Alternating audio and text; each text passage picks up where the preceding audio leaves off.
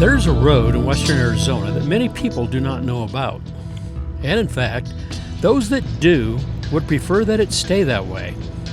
This 22-mile long rugged road drops down about 3,500 feet from beginning to end. And along the way, you'll find yourself crossing several creek beds and even driving a short distance in one. But if you stick with it, and the water in the creek's not too high, the view will be quite worth it. I'm talking about the Jalupy Route 6, also known as Diamond Creek Road. This is the only public road that you can drive all the way down to the Colorado River's edge in the Grand Canyon. And I'm excited to finally get to experience this road and actually get to camp along the Colorado River while down inside the Grand Canyon. Business towards Seligman Peaches. Turn right at the stop sign. Onto I-40 bus. Our journey begins with the turning off of Interstate 40 onto Route 66, following it to Peach Springs. On this trip, we're fortunate to enjoy the company of 3 other friends who have chosen to join us. So we've got 3 truck campers with Kingstar cruiser campers traveling together, and we all plan to camp near the Colorado. 300 feet. Arrive at Peach Springs.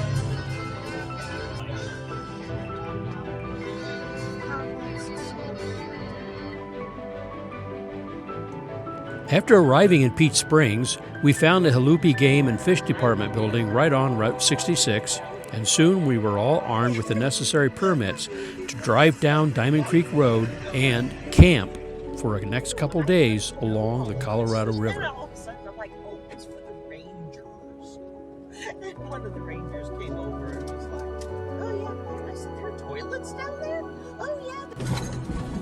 But first, we have to take that long drive down to River's Edge, and based on what I've learned about this road, this drive will take some time to traverse.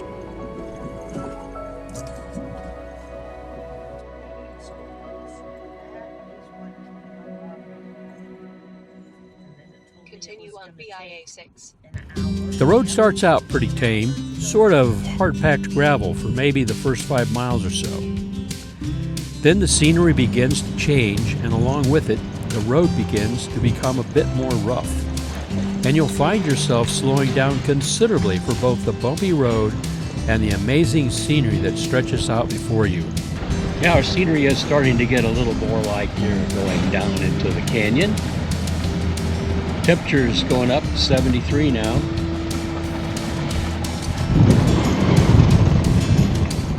Val and I were in the lead truck, and as such, we tried to keep the dust down for the 2 other trucks behind us. None of us aired down, so keeping the speed down to around 10 to 12 mile an hour seemed to be a good trade-off between speed and dust making. In doing a little research, I found that in 1883, a survey notes Diamond Creek as a potential wagon route. During the 1930s, the Civilian Conservation Corps improved the track for ranching and mining. Then in 1966, commercial river outfitters began using the road for logistics. And in 1988, a permit system was first established. There is no cell service much beyond the first mile or so always carry offline maps and emergency supplies. Starlink did work fine for all of us. Carry extra water, a full-size spare, and recovery gear. And during the July-August monsoon season, storms can trigger sudden floods. So we are down we're almost down to 2,000 foot elevation, so we're getting down there. I think we got another 700 foot to go yet. And I think we started I'm trying to go by memory, we're up around 4,000 feet, just under 4. Yeah, we found out when we started at Peach Springs. So the road's really not been that bad. Now we're going 8 or 9 mile an hour, but we met a road grader. He's been grading the road, so that slowed us down a little bit.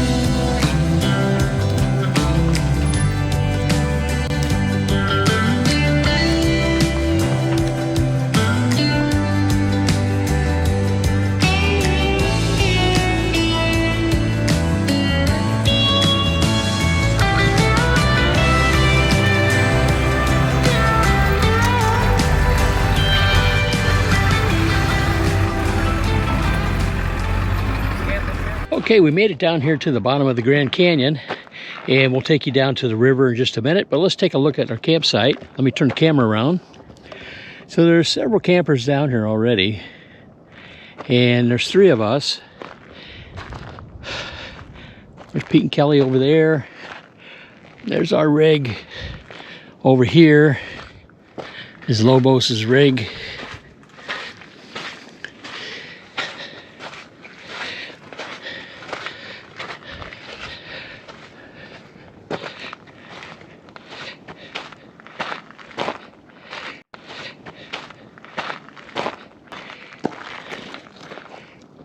Bought down to the river, Colorado River. Let's get our chair and head that way. Okay, so I thought they said we're going to walk down this way. I think this is the way we're supposed to go. We've got a shortcut down to the river, so we'll wander down this way. See if this works. All right, guys, we're down here in the bottom of the Grand Canyon. This is the Colorado River, and as you can see, there's some rapids right there.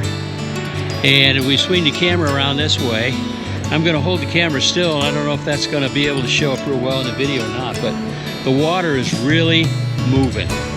And we've got some rafts over here. These guys, this is a landing spot. I'll swing the camera around. This is a landing spot for rafters.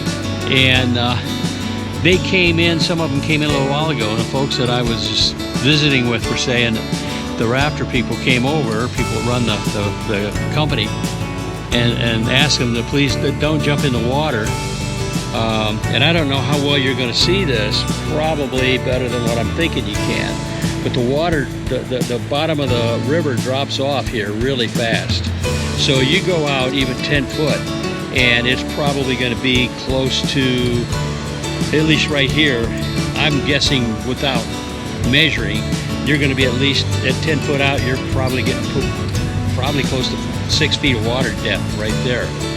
So anyway, they were saying, please don't go out in the water because it will be a recovery process to get you. There's no way they're going to be able to save you. The water is moving really fast.